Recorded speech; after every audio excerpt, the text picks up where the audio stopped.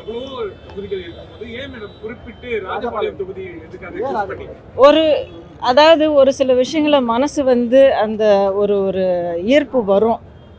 எனக்கு வந்து தமிழ்நாடு முழுவதுமே என்னுடைய ஊர், என்னுடைய மக்கள். ராஜபாளையம் வந்து ஒரு 7 வருஷத்துக்கு முன்னாடி எனக்கு வந்து அறிமுகமானதில் என் மனசில் வந்து ஒரு நீங்கா இடம் பிடிச்சிருக்கு. இது வந்து அங்கே இருக்கிற மக்கள் அனைவருக்கும் தெரிஞ்ச ஒரு உண்மை.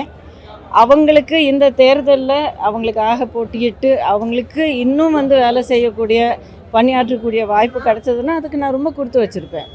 இருந்தாலும் இல்லைன்னாலும் கூட என்னுடைய அவங்களுக்கான சேவை வந்து கண்டிப்பாக தொடரும்.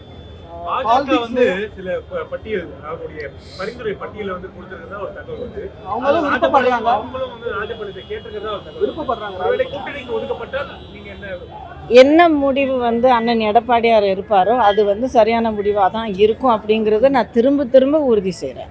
நீங்கள் ஒரு சீனியராக படத்துலையும் சரி பாலிடிக்ஸ்லேயும் சரி விஜய்க்கு இருக்கீங்க. அவருக்கு என்ன அட்வைஸ் சொல்லப்படுதுன்னா அவர் நிறைய சிக்கல்கள் சொல்லிட்டு வர்றாரு. படம் ரிலீஸ்லேருந்து சிபிஐ என்கொயரி வர எல்லாமே பார்க்க வேண்டியது. என்ன சொல்லுவாங்க? நான் அட்வைஸ் வந்து கண்டிப்பாக நான் யாருக்குமே சொல்ல மாட்டேன். ஏன்னா எல்லாருடைய பாதை அவங்களுடைய பாதையாக தான் அமையும். அது அவங்களுடைய செயல்கள் அவங்களுடைய ஆலோசனைகளின் படி அவங்களுடைய பாதை அமையும்.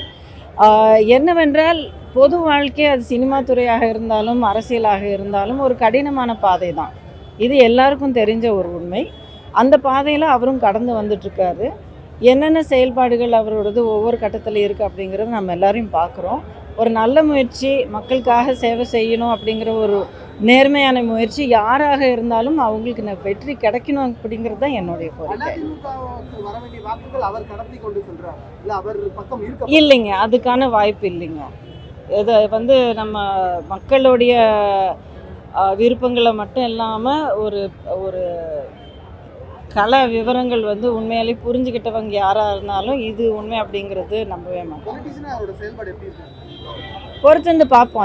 அந்த பயணம் வந்து இப்போ தான் தொடங்கியிருக்கு. பொறுத்திருந்து பார்ப்போம். இன்னும் ஒரு தேர்தலில் கூட சந்திக்காத நிலையில் பல்வேறு அதாவது அனுமதி கொடுப்பதற்கான காவல் மரத்திலிருந்து இன்னைக்கான சிபிஐ என்கொயரி வரைக்கும் நிறைய சிக்கல்களை சந்திச்சு அதுதான் சொல்கிறேங்க. ஒவ்வொருத்தருக்கும் அவங்களுடைய பாதை இருக்கும். அது அவங்களுடைய செயல்பாடுகளால் உருவாக்கின பாதையாக இருக்கும். இல்லை அது நடக்கக்கூடிய ஒரு இயல்பான ஒரு சில காரணங்களால் இருக்கும். என்ன இருந்தாலும் சரி, பொது வாழ்க்கைன்னு வந்த பிறகு என்ன சவால் வந்து நமக்கு சந்திக்க வேண்டிய வந்தாலும் அதை நம்ம எப்படி எதிர்கொள்கிறோம் அப்படிங்கிறது, நம்ம எப்படிப்பட்ட ஒரு பப்ளிக் ஃபிகராகவோ இல்லை தலைவராக நம்ம அமைவோம் அப்படிங்கிறது நம்ம செயல்களால் தான் உறுதியாகும்.